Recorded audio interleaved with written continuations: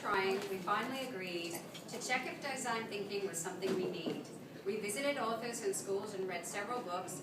We gave this capability several good looks. We briefed S&O, providing Jack a rough draft, the cost of pursuing this novel new path.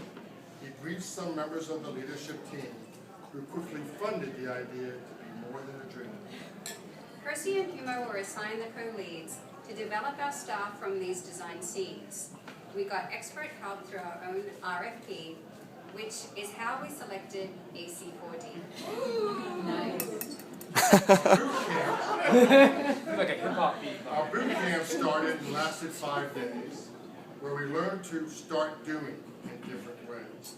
John Colcole told us that to be really proficient, to resist our urge to be more efficient. We watched some cars with others too fast. We saw how long some queues could last. From these came kiosks and cafe apps, plus rising bumps and laser maps. Then the partying occurred that no one enjoyed. We split into active and at-large to be deployed. Against the big project we took on as one, veteran employment was an issue not done. Our senior associates were a special bunch, trying to keep integrated some over lunch. The task was to lead these assignments when due. I'm not surprised the prospect made some of them blue. Dave, Socket, Rajni, and Regina as well pulled on the oars so they would not fail. Kurt, John, Mike, and Lisa took workstream roles. Cynthia and Steve, service integration roles. Our at-large staff were just as important in ways that held significant importance.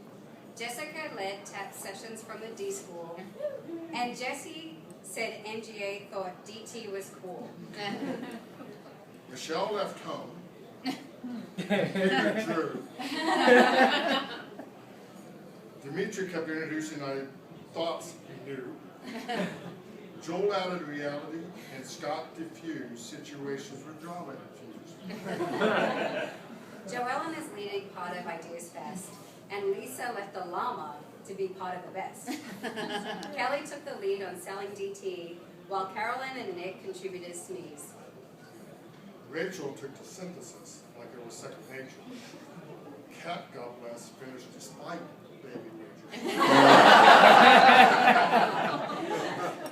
They all participated to various degrees, enhancing the process for you and me. First to the naming were the progressive Black Dragons, followed shortly behind with the rhymed Jack Wagons. Team 1 was too busy to dawdle on names, so they kept what they had, shunning the game.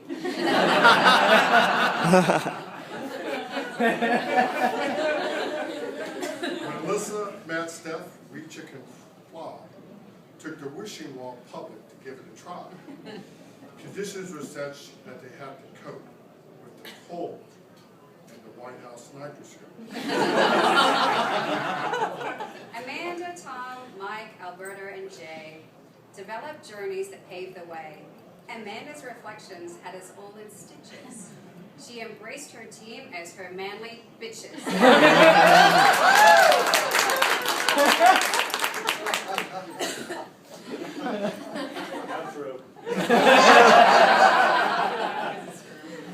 The Black Dragon quickly claimed their cave. They marked it in for others to stay. Artifacts were key to Patty, Peter, Katie, and Joe. Eric made it real with Karen always. We met Lauren, who's a queen of immersion. Her comedic roleplay provided diversions. Matt's confident stance with coffee in hand encouraged us to show our insights must stand. Quiet Preach introduced true stories with clients.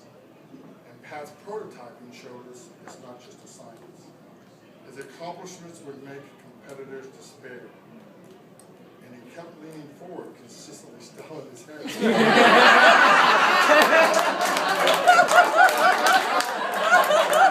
sent this to him, by the way. We drew lines and circles and then some shapes, being told not to worry for there were no mistakes. We were tentative at first, but clearly now, as the Dragon's Girl sketch was very well done.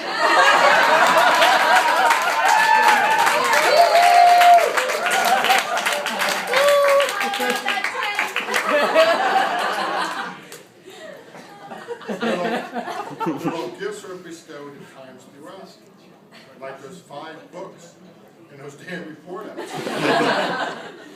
2 small whiteboards for sketching in place to see who could draw the most interesting face. Our lab's a second home to us all, filled with Nerf guns and tennis balls. Post-its were put on foam boards real tall and filled every spot on available walls. Project partitions came a bit too late. And what to paint them became quite the debate. The workbench arrived without fanfare, and we decided to leave it plain and bare. At times it looked like a grocery store, peanuts and cookies and chips and more. At times it looked like a recess class where everything was where it was lost.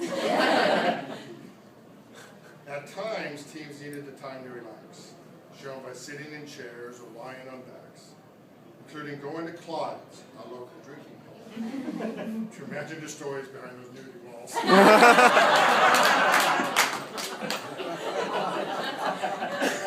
That was about level 6 at that point. Our feats and goals have been so well expressed. When Matt indicated they were so impressed, they wondered if we would become better than them due to the grit we had and the nights past 10. So raise your glasses for our gracious toast at this unceremonious 2-sided roast. Now, Kirsty and Humo put together over much wine. We don't want to hear any muffled whines. We wish you the best in months ahead. We'll work together like we've always said, To make DT a vibrant part of this firm. for us to achieve new heights.